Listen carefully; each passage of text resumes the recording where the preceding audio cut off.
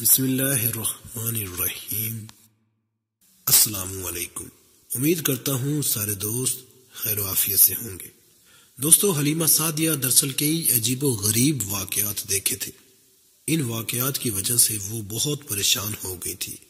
پھر سینہ مبارک چاک کیے جانے والا واقعہ پیش آیا تو وہ آپ کو فوری طور پر واپس کرنے پر مجبور ہوئی۔ وہ چند واقعات حضرت حلیمہ رضی اللہ تعالی عنہ اس طرح بیان کرتی ہیں: ایک مرتبہ یہودیوں کی ایک جماعت میرے پاس سے گزری۔ یہ لوگ آسمانی کتاب تورات کو ماننے کا دعویٰ کرتے تھے۔ میں نے ان سے کہا، کیا آپ لوگ میرے اس بیٹے کے بارے میں کچھ بتا سکتے ہیں؟ ساتھ ہی میں نے حضور اکرم صلی اللہ تعالی علیہ وآلہ وسلم کی پیدائش کے بارے میں انہیں تفصیلات سنائی۔ یہودی تفصیلات سن کر آپس میں کہنے لگے، اس بچے کو قتل کر دینا چاہیے۔ یہ کہہ کر انہوں نے پوچھا، کیا یہ بچہ یتیم ہے؟ میں نے ان کی بات سن لی تھی کہ وہ ان کے قتل کا ارادہ کر رہے ہیں، سو میں نے جلدی سے اپنے شوہر کی طرف اشارہ کرتے ہوئے کہا، نہیں، یہ رہے اس بچے کے باپ۔ تب انہوں نے کہا، اگر یہ بچہ یتیم ہوتا تو ہم ضرور اسے قتل کر دیتے۔ یہ بات انہوں نے اس لیے کہی کہ انہوں نے پرانی کتابوں میں پڑھ رکھا تھا کہ ایک آخری نبی آنے والے ہیں، ان کا دین سارے عالم میں پھیل جائے گا، ہر طرف ان کا بول بالا ہوگا، ان کی پیدائش اور بچپن کے یہ علامات ہوں گی اور یہ کہ وہ یتیم ہوں گے۔ اب چونکہ ان سے حلیمہ سعدیہ نے یہ کہہ دیا کہ یہ بچہ یتیم نہیں ہے تو انہوں نے خیال کر لیا کہ یہ وہ بچہ نہیں ہے۔ اس طرح انہوں نے بچے کو قتل کرنے کا ارادہ ترک کر دیا۔ اسی طرح ان کے ساتھ یہ واقعہ پیش آیا۔ ایک مرتبہ وہ آپ کو عکاظ کے میلے میں لے آئے۔ جاہلیت کے دور میں یہاں بہت مشہور میلہ لگتا تھا۔ یہ میلہ طائف اور نخلہ کے درمیان میں لگتا تھا۔ عرب کے لوگ حج کرنے آتے تو شوال کا مہینہ اس میلے میں گزارتے، کھیلتے کودتے اور اپنی بڑھائیاں بیان کرتے۔ حلیمہ سعدیہ رضی اللہ تعالی عنہ آپ کو لیے بازار میں گھوم رہی تھی کہ ایک کان کی نظر آپ پر پڑی۔ اسے آپ میں نبوت کے تمام علامات نظر آئے گئی۔ اس نے پکار کر کہا، لوگو، اس بچے کو مار ڈالو۔ حلیمہ اس کہانی کے بعد سن کر گھبرا گئی اور جلدی سے وہاں سے سرک گئی۔ اس طرح اللہ تعالیٰ نے حضور صلی اللہ تعالی علیہ وآلہ وسلم کی حفاظت فرمائی۔ میلے میں موجود لوگوں نے کان کی آواز سن کر ادھر ادھر دیکھا کہ کس بچے کو قتل کرنے کے لیے کہا گیا ہے، مگر انہیں وہاں کوئی بچہ نظر نہیں آیا۔ اب لوگوں نے کان سے پوچھا، کیا بات ہے، آپ کس بچے کو مار ڈالنے کے لیے کہہ رہے ہیں؟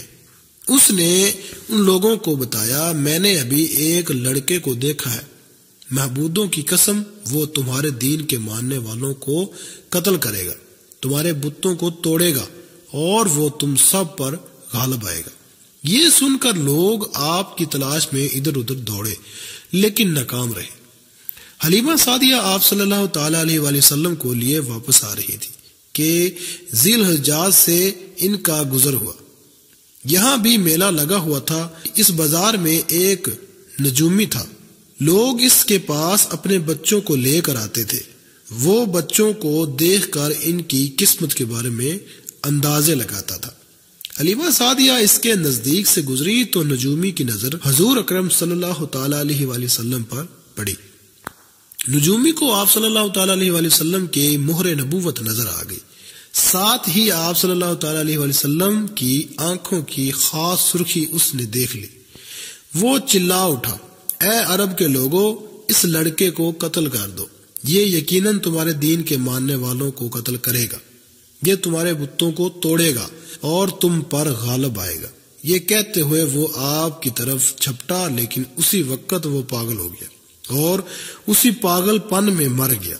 ایک اور واقعہ سیرت ابن ہشام میں ہے کہ حبشہ کے عیسائیوں کی ایک جماعت حضور اکرم صلی اللہ تعالی علیہ وآلہ وسلم کے پاس سے گزری۔ اس وقت آپ صلی اللہ تعالی علیہ وآلہ وسلم حلیمہ سعدیہ کے ساتھ تھے اور وہ آپ کو آپ کی والدہ کے حوالے کرنے جا رہے تھے۔ ان عیسائیوں نے آپ صلی اللہ تعالی علیہ وآلہ وسلم کے مونڈوں کے درمیان مہر نبوت کو دیکھا اور آپ صلی اللہ تعالی علیہ وآلہ وسلم کی آنکھوں کی سرخی کو بھی دیکھا۔ انہوں نے حلیمہ سعدیہ سے پوچھا، کیا اس بچے کی آنکھوں میں کوئی تکلیف ہے؟ انہوں نے جواب میں کہا نہیں، کوئی تکلیف نہیں، یہ سرخی تو ان کی آنکھوں میں قدرتی ہے۔ ان عیسائیوں نے کہا تب اس بچے کو ہمارے حوالے کر دو، ہم اسے اپنے ملک لے جائیں گے۔ یہ بچہ پیغمبر اور بڑی شان والا ہے، ہم اس کے بارے میں سب کچھ جانتے ہیں۔ حلیمہ سعدیہ یہ سنتے ہی وہاں جلدی سے دور چلی گئی، یہاں تک کہ آپ صلی اللہ تعالی علیہ وآلہ وسلم کو آپ صلی اللہ تعالی علیہ وآلہ وسلم کی والدہ کے پاس پہنچا دیا۔ ان واقعات میں جو سب سے اہم واقعہ ہے وہ سینہ مبارک چاک کرنے والا تھا۔ اس واقعے کے بعد حلیمہ سعدیہ اور کے خامد نے فیصلہ کیا کہ اب بچے کو اپنے پاس نہیں رکھنا چاہیے۔ جب حضرت حلیمہ سعدیہ نے آپ صلی اللہ تعالی علیہ وآلہ وسلم کو حضرت آمنہ کے حوالے کیا، اس وقت آپ صلی اللہ تعالی علیہ وآلہ وسلم کی عمر 4 سال تھی۔ ایک روایت یہ ملتی ہے کہ اس وقت عمر شریف 5 سال تھی۔ ایک تیسری روایت کے مطابق عمر مبارک 6 سال ہو چکی تھی جب حلیمہ سعدیہ نے آپ صلی اللہ تعالی علیہ وآلہ وسلم کو حضرت آمنہ کے حوالے کیا تو اس کے کچھ دنوں بعد حضرت آمنہ انتقال کر گئی۔ والدہ کا یہ سایہ بھی سر سے اٹھ گیا۔ حضرت آمنہ کی وفات مکہ اور مدینہ کے درمیان ابوا کے مقام پر ہوئی۔ آپ کو یہیں دفن کیا گیا۔